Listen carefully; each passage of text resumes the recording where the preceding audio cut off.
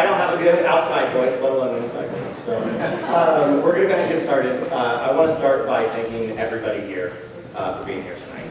This is how democracy functions. Our communities showing up, having conversations with one another, having our local leaders discuss what's on their minds, especially in these divisive times. So thank you.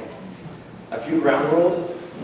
Our community leaders have come here to share their thoughts, and your fellow community members have come here to hear those thoughts. If you hear something you like, applause is fine. Let's not do booze, okay? It doesn't make anyone look intelligent, it doesn't help the conversation, you can do your statement. And with that, we'll go ahead and get started. So, we have our wonderful panel here today. We've got Emily Iles from the Renewed Thurston Project. We've got Olympia City Council Member Gilman. We have Thurston County Sheriff Derek Sanders, and we've got Rabbi Seth Goldstein here with us tonight.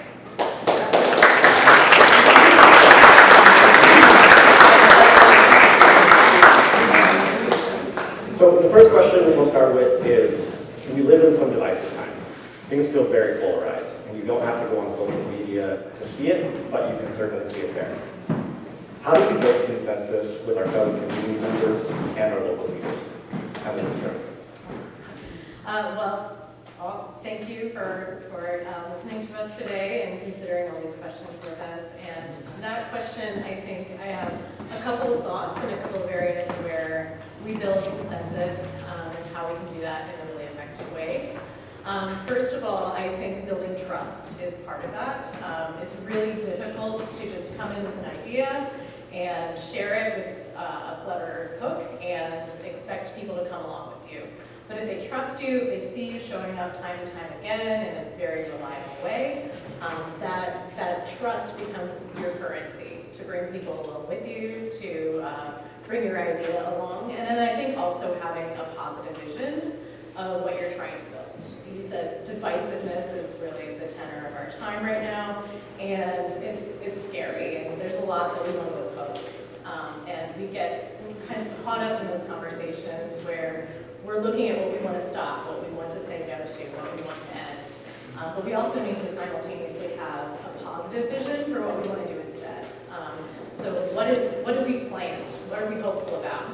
And that's not only going to give us, internally the fortitude and the reserve to keep going when things look a little dire, but it also brings other people into the conversation who might not be there and might not feel like there's anything there for them. Thank you. Clark? Could you restate the question, please, Caleb? Yes, absolutely. So in these divisive, polarized times, how do we build consensus both with our fellow community members, but also as local leaders with each other?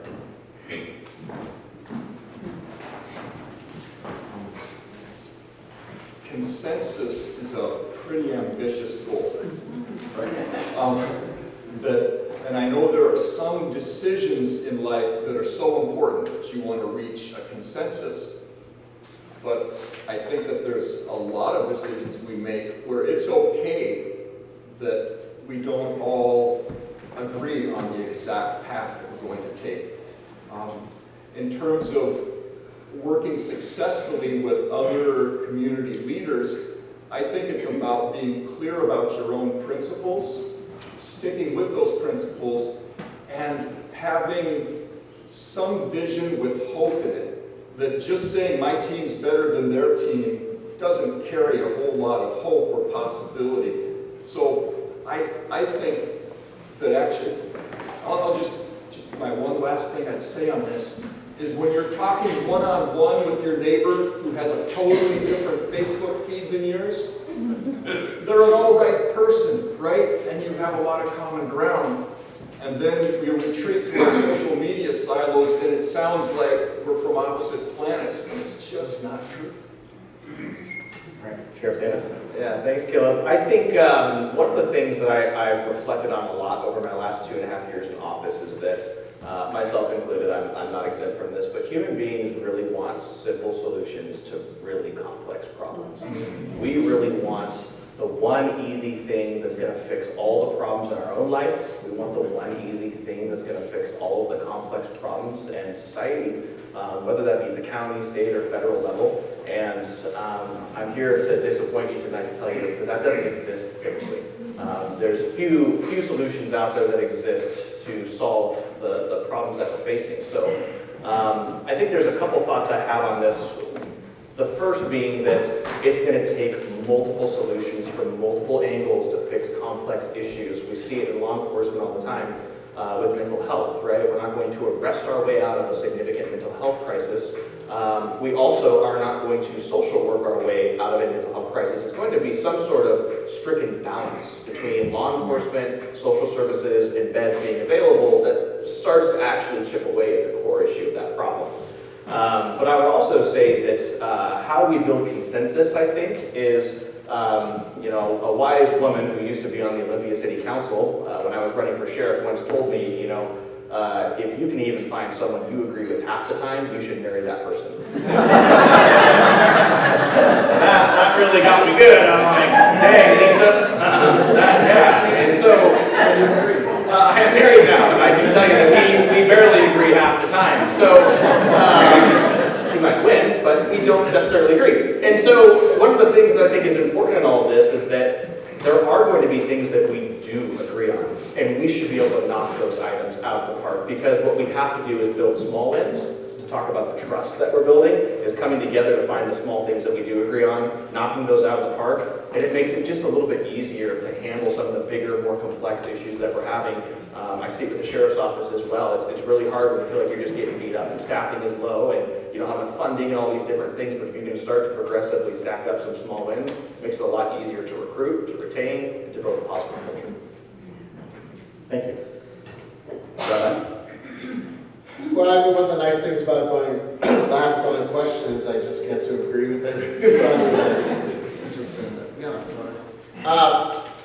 Right, which I do, and I had a similar thought, going into this, thinking like, wow, consensus is a really lofty goal, and in terms of what we think about that, and as we try to make change in our community, I think, a couple of things that I think have already been raised by the panel that I want to reflect on, and I think that relationship building is key, in all instances. The more that we can have build relationships with our neighbors, our fellow community members, even prior, not even engaged with particular issues, but if we have those relationships and mutual understanding, being able to put faces to policy, I think that is important in terms of just how we are in this world, but also that ability to then work together. And I think that when it comes to the divisiveness is not. When we think about, as we talk about, right, the divisiveness that's there in this world, and it's not out there. It's not something else. We're creating that, right? So we have to have that sense of, humans are. We feel good about ourselves for not being so divisive, but we are. I think we see it all the time because that's kind of a natural way of being. Because we need to create boundaries, protect ourselves. So we are always in this way of trying to make distinctions within groups, but we have to recognize when we need to overcome those and when we need to hold them. And I think that there's no one great consensus that we're going to go after, but probably consensus is, that's the right plural, but there are going to be shifting alliances and shifting groups that we're going to form together. And we tend to, I think, get into these places where, right, as we said, we try to see we have to have 100% alignment with the people that we're working with, or we have to, everyone has to fit the right, meet all the correct litmus tests in order to work together, and that's an impossibility, and not even a goal, I don't think. So we have to. One of the things I've been thinking about in terms of this work, engaging in this work, is thinking a lot about Venn diagrams, right? So there are going to be times when we're going to be on opposite sides of various issues or core principles even, but we can sort of put those aside to come together to work on issues of mutual concern. And then how can we not let those things that we disagree with, override those things that we can have mutual work on. I think about, especially as a member of the faith community, I'm in a relationship with people who I have theological differences with, which then turn into real, social differences on social issues or whatnot, but I can recognize that, okay, we're not going to be working together on this issue, but we can work together on this issue, and I'm not going to let that difference override this, because that's not going to be productive for everyone. And have to sort of judge when we're going to make alliances and things. And so, I think just to think about that, and it's continuously in flux. And one of the other things that I've been carrying with me that I'll share is, to wrap up, is one of the principles I learned once in terms of doing this work that I've held on to, especially as a way of overcoming divisiveness, is that when we're in these times of tussling around various issues, is that when you see someone on the opposite side of an issue, not to treat them as an enemy, but treat them as a future ally, right? And sort of thinking about how we approach the others, and we tend to get into these camps, and that person is never going to be on my side, but if we're able to, they might not get up, but if we treat them not as an enemy, which has a very stark difference, but as, a potential future partner, or as partner on something, then we can make headway in the progress. All right, thank you. If I was to find a consensus for what I was hearing, I mean, it sounds like really finding the humanity and the common areas that you do agree on, but I really appreciated how, specifically part you had mentioned, sticking to who you are and being true to yourself. I think as I've been running for city council in Olympia, that's something that has come back to me as well, is trying to find the common ground with somebody where I can agree with them. And a good example is I was largely raised in rural farm community south of Portland.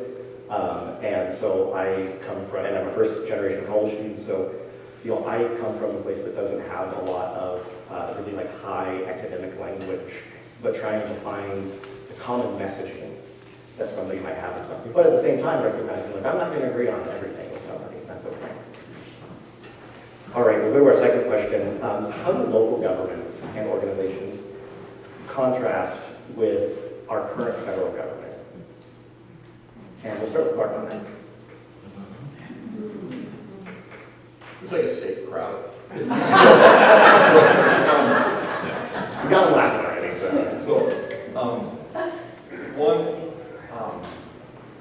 I think that a lot of the frustration that led to the change in the federal administration is from the complication of getting what you need from your local government.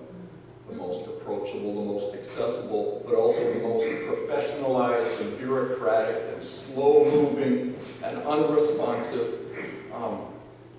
So that I think that's, I don't know if that's a contrast, but the more that we professionalize and complicate and permit and bureaucratize decisions that should be pretty simple, the more frustrating it is for the majority of people to get what they need from their local government. Police, fire, roads, a social safety net, those basic functions. So I'm hoping that we'll both hold the line when there's direct challenges to our form of government, to our Constitution, to due process and respect for every individual, but we'll also acknowledge that we're not trying to go back to what we had a couple of years ago. That's not, there's got to be a new vision. Thank you. Sheriff Sanders. Well, taking the law enforcement angle on this thing, it's been pretty tough. It's been pretty tough, I think, for law enforcement across the states. We are caught between multiple political angles, I think is the easiest way to put this. If you've read the headlines lately, if you're a law enforcement official, you can either choose to be sued by the DOJ, or you can be sued by the AG. Which one would you rather be sued by? And a lot of times we're just like, hey, prosecutor, what should I do? I mean, we're looking for attorney advice and all of this, and there's so many different factors at play. You have a federal constitution, but that's not where sheriffs or local law enforcement gets their authority from. You have a state constitution. That is where we get our authority from. We have the Supreme Court of the United States issuing rulings. We have the Ninth Circuit issuing rulings. We have our state Supreme Court issuing rulings. And if you can imagine, those rulings don't all say the same thing. That's what happens when you get a bunch of people making a bunch of different rulings and giving a bunch of different guidance. And so, my big goal here has been to really focus on the local law enforcement stuff. Because to Councilmember Gilman's point, I don't have any control over what even happens in Pierce County, let alone in the state of Texas, the state of Florida, the state of New York. And sometimes I think even as local elected officials, we get overwhelmed with this thought that we're going to fix all of these different issues, when really we're responsible for Thurston County. We're responsible for the city of Olympia. We're responsible to the voters who put us there to help guide their principles and what their vision of this county should be. And so I look at this through a complete lens of I'm in a temporary role. A temporary role where the citizens of Thurston County have yielded some sort of authority to me for a set period of time, and I interview for that role every single day. So under that, guys, I try not to focus on federal and state politics as much as I can. Obviously, to some degree, we have to get involved. But make no mistake, money is power, and the federal government, we see the federal government, the state government, that's where the money flows to. Local government is really struggling to pay the bills just to deliver an adequate level of service that people not only expect, but truly deserve. Thank you. Rabbi Goldstein? Yeah, and so I would approach this question from, as a non-government official, somebody who's working within the community and steers a community organization, but a community organization.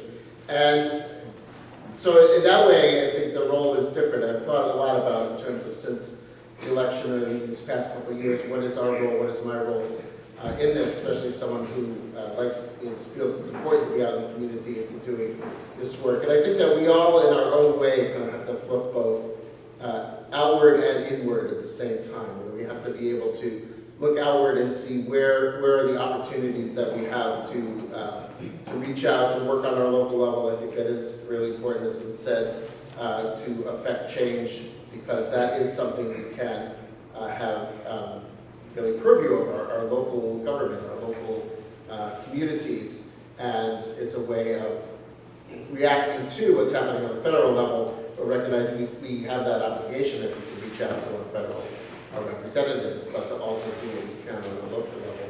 And while we do that to work to affect change and to do the social justice work that we're called on to do, I think we also need to be able to, just in a direct way, take care of one another, right? And to so find the vehicles, whether it's a faith community or another community organization, to keep up those things and not get lost in kind of the overwhelmingness of it all, to be able to do the things that we really need to do, which is, and I've tried to take this approach in my own faith community, and I see I have members here so they can judge me on which is one in the sense of mutual aid, right? Just trying to really take care of one another, and both physically, spiritually, emotionally, and just be there for one another. We know that that's going to be important. I mean, we've probably all read about epidemics of loneliness and things like that, and isolation, and that's going to be, we need to overcome that in order to do this other work. Mutual aid, safety and security, and inclusivity. We need to project our spaces as, there are a lot of people who are feeling scared and vulnerable right now, and the ways that we're not going to automatically go out and change policy, but if we could do things on a smaller scale and say you are welcome here and you are safe here, then that alleviates it. And the third piece is we still need to have fun. So, we just need to kind of really look at the blessings and enjoyment and whatnot. And if we're able to do that, then I think we could really, that all feeds each other doing this work on the local level that can really create safe and good community, regardless of what's happening. I mean, we can't go to the federal level, but we can look out for one another. Thank you. Emily? Yeah, those are all great answers to follow. And I think as I was thinking about this today, I kept getting this mental image of when I play soccer. So I play co-ed soccer, and as you might imagine, there are some other people that I play against who are considerably larger than I am. And one thing that I've learned to do is throw out my arm. Not because it protects me from all harm, because you probably noticed me like hobbling around on my broken toe, but it gives me a buffer zone, and so I can redirect someone's energy away from trampling me. I can create some space for myself to react, and that's kind of the mental image that I get when I think about the juxtaposition between local and state and federal right now. which is we need that buffer zone. We need as many tools as we can get legally on our side to give ourselves the flexibility to weather the kinds of financial choices that are coming. I think not only do we have a tough situation right now, but there is just disarray in our funding streams from state and federal sources. And that's going to get harder and harder. So we're going to need more flexibility to respond to things that we can't even really predict right now. So that's some of the reason that I like to do this work of looking at what tools do we need, like a charter for Thurston County, to give ourselves that flexibility, to give us that gift. And that also might look a couple of different ways in terms of the protections, legal protections that we might want to add, specialized funds, and then just, things that are outside of our local government's, purview, like you mentioned, like those opportunities to connect with people in rooms like this, where we're getting curious about what's going on in our lives, where we're forming connections and building that trust. So that's been on my mind a lot. And then just that resilience that comes with those tools, I think is a huge piece of what I'm thinking about. And just how can we give ourselves every opportunity to weather things that we can't anticipate yet. Okay, thank you. We're going to let Emily, you and Rabbi Goldstein, what both of you say, especially in terms of turning inward sometimes and trying to create like that buffer zone. One of the things that I think about, again, is running for city council is how can we work together regionally if we're going to be, for lack of a better word, abandoned by our federal partners. How can the cities of Lacey, Olympia, Tumwater, Shelton, Elma, Yelm work together, Thurston County, to build and use the resources that we have to help continue to accomplish and to provide the services for our residents and the members of our community? I really appreciate what you said there. So another thing I want to talk about is labor. What is the relationship between local government or local organizations and labor? And we'll start with Ooh, wow. The one thing that makes the sheriff role unique is that I oversee labor. A lot of elected officials are directors of things, right? So like a legislator doesn't oversee 300 employees directly. They usually have an executive aide of some sort, and then they ultimately make legislation and set funding goals. So for me, it's been one of the bigger surprises of my job is to manage people. That was not something I had experience in. But I think for me, just personally, as someone who oversees an office that's got just shy of 300 employees, it's really challenging. It's really challenging to figure out exactly what's going to keep them happy, what's going to keep them fulfilled, what's going to keep them wanting to come back to work every day. And that has been, I would say, at the forefront of probably all of my efforts in office so far. One of the things that I really recognized as a deputy who was getting really burnt out, was getting really tired of my job, was getting really tired of spending every single weekend and day off at work. And then recognizing that I wasn't really getting the sentiment from my boss that they cared that I was having to do all those things.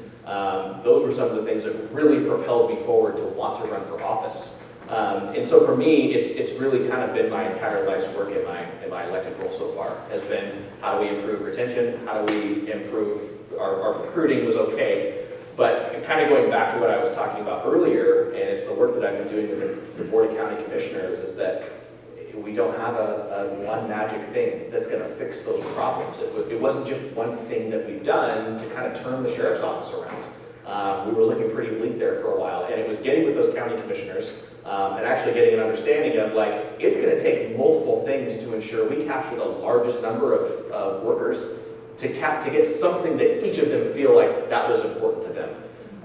So for me, it's kind of a unique deal because my work is very, very co-located with my own staff. I'm not legislating for other bodies of workers or anything. I'm really looking inward and trying to make the best culture possible within the sheriff's office. And admit, if you guys know any cops, that's not always the easiest thing to do. There's two things that police officers hate. They hate change and they hate things staying the same. And I had someone on a ride along the other night, and they said, what's it like leading a bunch of cops? And I said, well, especially in Washington State, where we've seen a lot of turmoil and turnover, a lot of police officers left the profession over the last few years. It's been challenging to backfill those roles. As I said, the difference is that when you knock down a bunch of major accomplishments in any normal, healthy organization, usually people will like throw pizza parties for their sheriff or their CEO, whatever. Like, oh my gosh, you did all these things for us. And cops just say, oh, that's cool, and they don't leave though. So that's their love language, is they haven't left. So I had to reframe my line of thinking, right? So I'm like, man, I did all these cool things, and you guys basically just kind of like, sweet. I didn't get a pizza party. So I just think looking inward at that kind of stuff, you have to understand what your employees' love language is, and mine is that they just haven't gone other places, even though they could go make an extra $100,000 to $150,000 almost anywhere else north of us. So despite the fact that there's a giant carrot in front of all my staff on the patrol side, they're sticking around. They seem happy, they seem fulfilled, they seem like they have a sense of purpose here. Thank you. Rabbi Goldstein, the relationship between labor and faith organizations. Oh, okay, I was going to say, this is probably the question I'm least qualified to answer. But we have a small staff, so. I think that, to the extent that, to answer that, obviously different from the, although that I resonate with everyone who wants change but doesn't want everyone's to stay the same, so that's faith communities all the time, so that's, but just to say generally, I think that what drives me, and I think other my faith partners in terms of the work that we do, especially in our community, is to create a community that is more equitable, right? I think that that's what I think a lot of scripture teaches, what a lot of faith communities teach, and that a lot of faith traditions teach. And so as we see, especially, I come from folks who have been involved in unions and things, just that element of labor looking out for itself through unions, I find inspiring. Just this idea of we have to, getting back to what I was saying earlier, find ways to look after each other, and to say that then, especially as we see at the national level, it seems that labor is kind of just bandied about as a bargainsmanship almost. That's not, that we need to really look beyond it to be able to see how can we create a community that is more equitable, that uplifts everyone. We've seen, and we could all talk about the disparity of wealth and equality that we're seeing, and the growth of the increase in inequality. And to the extent that, from my perspective as a faith community, we can say that this is, I think also too, I'm sorry, just raise something else, I'll just say this, is that I think for me, in terms of engaging with this, one of the things that's important for me in doing the community work is that I think when we often think about religion in the public sphere, there's probably like 2 or 3 issues that we think about where religion has an outsized voice in terms of engaging in public issues. But I think, from my perspective, I want to expand the issues. I think that issues of economic justice are crucial. I think that's what taught very deeply in my faith tradition in terms of my sacred texts. And so to the extent that we can work together to build an equitable community, that's something that to me is not just a political issue, but it's a spiritual one as well. And to be able to bring issues of values to these conversations, as opposed to just the 2 or 3 ones that we tend to associate with religious conversation, is important. Thank you. And if it's okay, can I follow up? I'm curious. Yeah, I wasn't sure how to do it. This is dangerous because I think it's inviting a sermon, but what? Yeah, I'll probably do it this Friday. That's great. What tenets of your faith specifically kind of call to that equity and to labor? Well, I think that one of the if you look, and I'm talking about in my tradition, the Torah, I think it's one of the things that even fundamental to Jewish practice, and I think others would say this as well, is the idea of the Sabbath, kind of a weekly break from labor. So essentially, this idea that, and also too, I was actually just working with just prior to this, I was working with a student who's having his bar mitzvah, his coming of age ceremony in a few weeks. And his portion of scripture that he's been looking at has to do with issues like remission of debts and also, returning land to original ownership and liberating workers, or slaves in this case, as is in the Torah. And so to say, this these speak to us today still as well. We need to listen to these just as much as we listen to, issues of life and the life begins with conception and other things like that, and to see that there is something there that, yes, it's in a specific cultural context, but again, there are ancient values there that we need to apply to our contemporary situation. It might look different how those are enacted, but I think that, again, in my reading of it, my scriptures are putting forth the issue of equality, equitable society, economic justice, and that recognizes clearly individuality of people and their ability to pursue things, but to keep things in check. And I think that that's ultimately what we want. How could we honor individual rights and own pursuits, but yet responsibilities for a greater common good? And that, I think, is the essence of faith tradition teachings around this. And that, to me, is as much a spiritual issue as anything else when it comes to issues of public policy. Thank you. Emily. All right.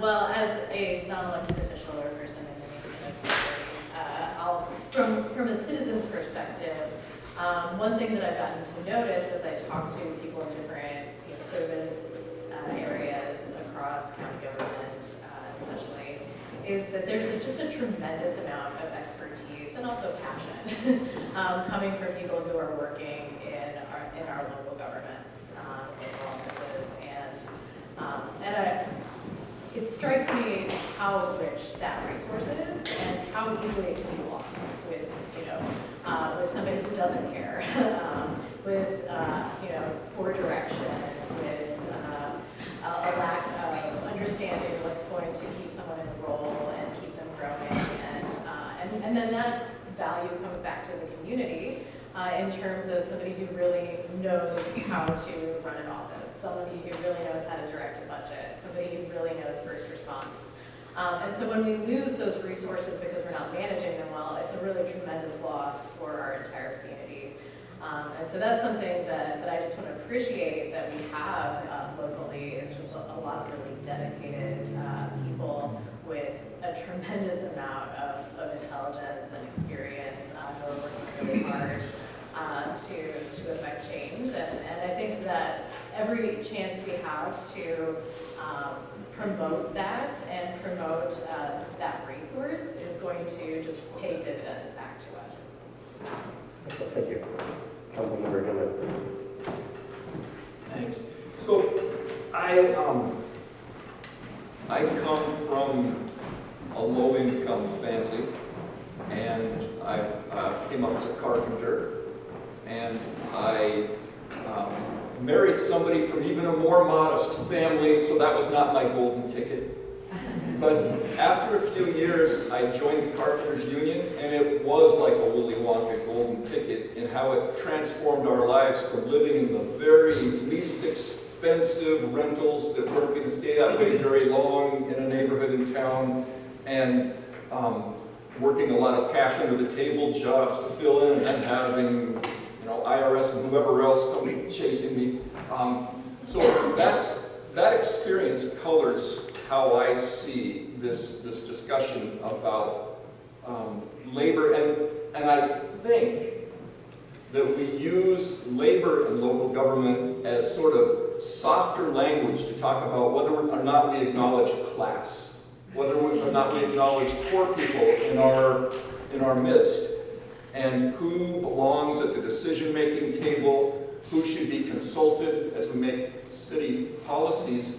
And most fundamentally, one of the biggest surprises I had when I joined city council was I had assumed that the city was like an ombudsperson and an advocate for everybody who was in the community. And as I was watching us actively shut down community groups that were concerned about a development project, or people who were bringing in petitions and on an earlier minimum wage proposal 8 years ago, I realized that it's not necessarily true that we're advocating for everybody in the community, but it is possible for the city to advocate for everybody in the community. And I really feel strongly that measures like this proposed Workers' Bill of Rights and a minimum wage increase help to create more opportunity for kids coming up in our community, more possibility of young adults staying in our community and not looking elsewhere, and just help to level things out so that we get more of the brilliance of all the people. They get to live more of their potential, and it helps to take care of some of the issues that keep Sheriff Sanders so busy. I just closed. In my experience as a carpenter, I became an organizer for the carpenters, and I watched other people coming behind me who got on to their first union job. After a few months, they'd come in with a barbershop haircut. They kept the same job. They kept the same wife. They were paying child support on the last kids, and it changed their life compared to always running and dodging and looking for the next cash job. So I just think that inherent dignity of work and the respect that we can offer to each working person would allow those folks to more fully engage in our community and not have to hide.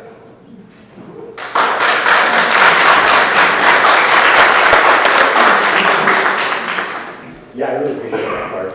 As a union member myself, I've seen what a difference the union can make for folks. And Sheriff Sanders, to your point, our staff is, whether it's our state employees, our county employees, our city employees, they're some of the greatest assets that we have towards not just the jobs themselves, but towards the work that they put into our communities.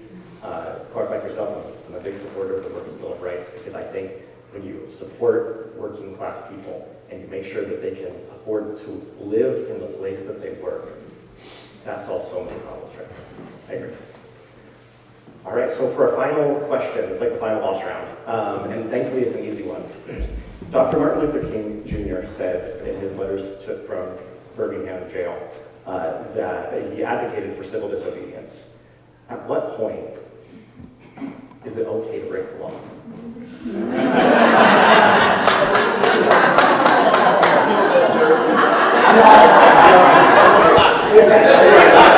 I want to hear what my panel says.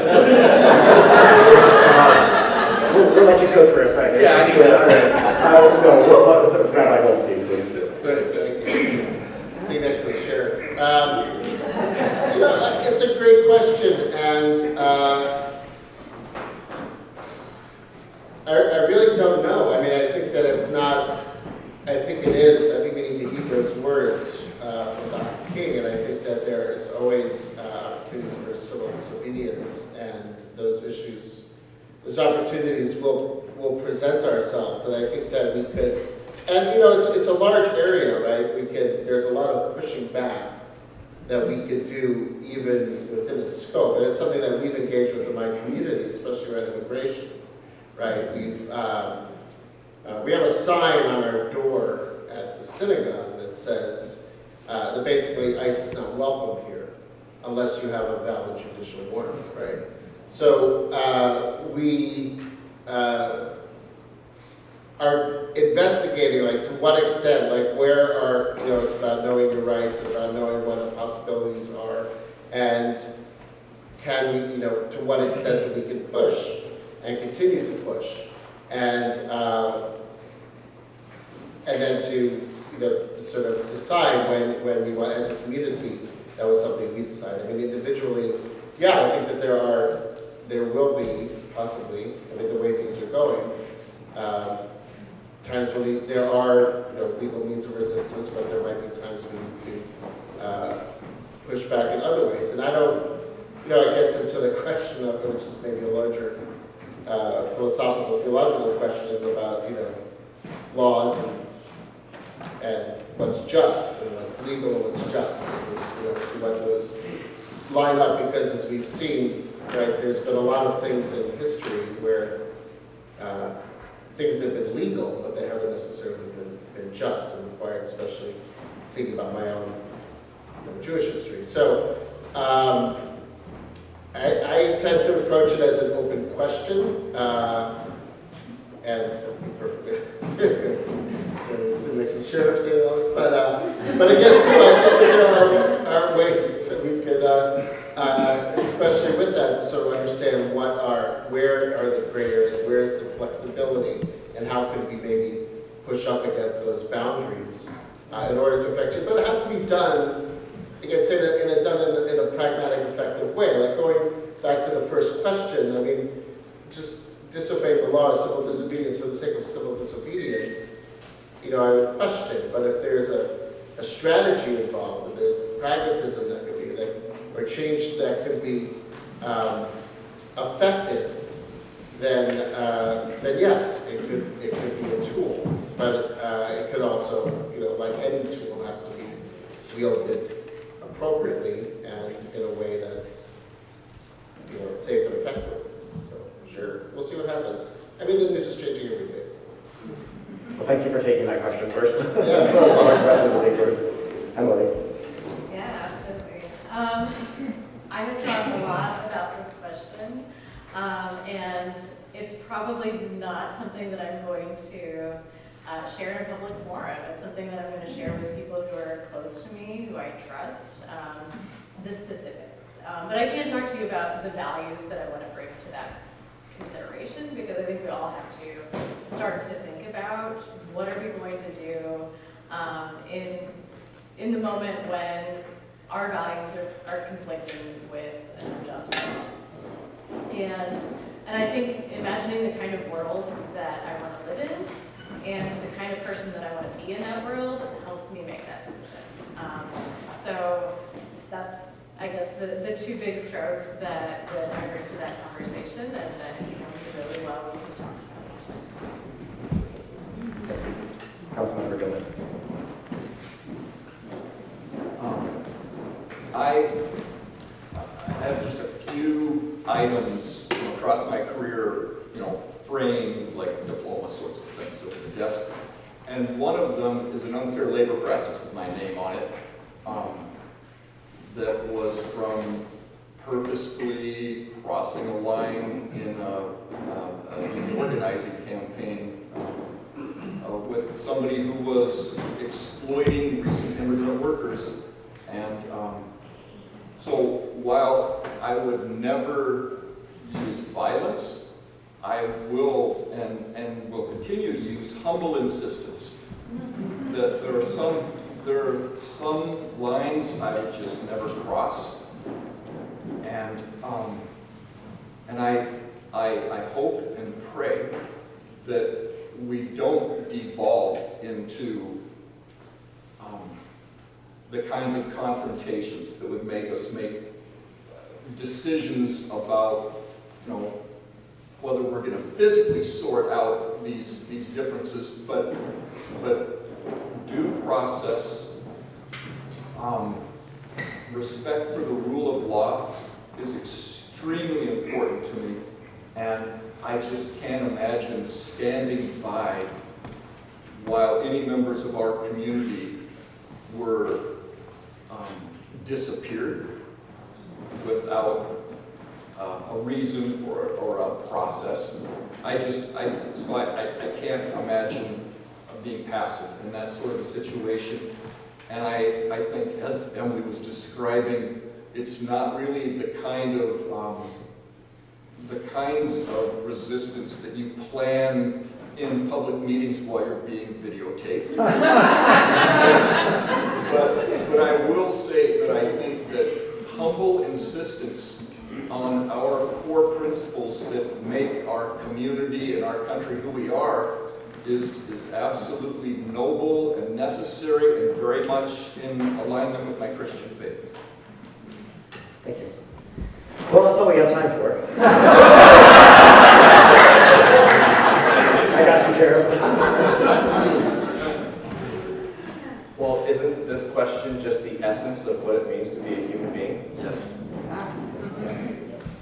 I mean, to be fair, Caleb, you could have made this the only question and then made this panel 8 hours long. Right? I mean, this is a philosophical question. This is inherent to each person because it's what makes us human beings.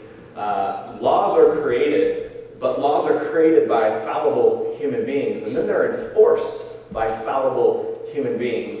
So it's one of those things where I'm kind of going to bring back the Venn diagram example. You know, there are things that are immoral, there are things that are illegal and legal, and then you've got the things in between. So, you know, a good example, I think when I ask the question to myself, and this is really challenging, obviously, as a law enforcement officer, but when is it okay to break the law? And I can think of 2 primary overarching examples. You have one where it is necessary to protect yourself or someone else. So that is the first example of a time where I can think, legally speaking, it is acceptable to break the law. A good example, it is illegal to cross over a double yellow line. You cannot do it.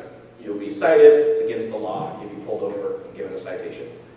But what if someone is driving in your lane oncoming, going 50 miles an hour? Is it now acceptable to maybe go into the only lane that's available to save your own life and the life of everyone inside your car? Another example is that I find it repugnant and absolutely immoral to cheat on your spouse. You've entered a covenant with that individual, but it's not illegal to do. In Washington State, you can cheat on your spouse. It's an immoral piece. It's a piece that society has interwoven into our psyche. And so that is the first example, I think, is when you've got a scenario where you need to save yourself or someone else. The second, I think, and this is where it's going to get real foggy, is when a basic human right is being violated. I think we saw that with Martin Luther King Jr. as he sat in the jail inside Birmingham. And you know, one of the things that's constantly driven me throughout my law enforcement career is I always think back to, you know, the Jim Crow, the 60s, and those eras, and I have to ask myself if I'm being the kind of police officer today that would have just followed orders 50 years ago. And that's been a big part of my drive behind wanting to become a police officer, is that I consider myself a free-thinking individual in this society. I do think that there are paradigms that we have to operate under. You know, most people will tell you that battles aren't fought on the street, they're fought in a courtroom by people with suits who make $800 an hour. And so I think a lot of times with laws that we find unjust, you know, traditionally that is the best way to go and is to go lobby your lawmakers to have these laws change so that they do fit our values. On the other hand, I recognize as someone whose job in the RCW says that I shall suppress any riot that occurs. I think civil disobedience, I kind of have an unpopular cop take. I actually think it's quite necessary. I think it's the duty of law enforcement to protect those who are exercising their First Amendment rights or protesting. At the same time, it's hard for, like, the outcome can't be worse than the solution. So we can't harm people in the process of civil disobedience. So that's where ultimately my ethical line has to get drawn. You know, destroying someone's car who can't afford it by lighting it on fire to support your cause isn't going to win that person over and make them apathetic to your cause. So I think that the civil disobedience piece is okay. Obviously, the law enforcement officer, I have to draw a line somewhere and say, hey, we're not going to destroy our city, we're not going to destroy the property of others, and we're not going to hurt other people to prove our point.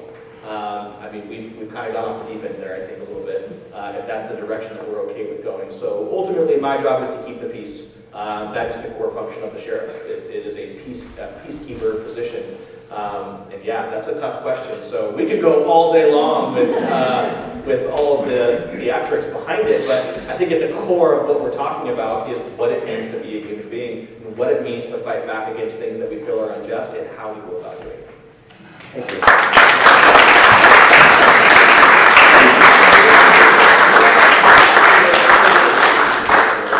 And I think something else people like to know is 5 miles an hour over the speed limit okay?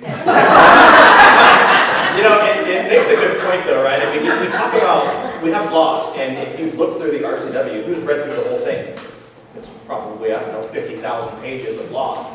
Everyone in here has violated the traffic law in the last week. So I think we have to also recognize, right, we have things that are immoral, we have things that are illegal, and there's this big gray area of nuance in the middle of it all, of like, I see people speeding past me every day, but in the interest of justice, I have to prioritize where my efforts go, right? And so I think that's a good example in law enforcement of, you know, with limited, we all have limited time in our work, and we have to focus it on the things that matter most. I think that makes me get away with 7. Yeah! I refuse to do a hard number. That's fair. Well, as a candidate, I have thoughts about this as well. To hear them, you'll have to come to the second half of the event. There's the cliffhanger. So first, I want to thank our panel for showing up and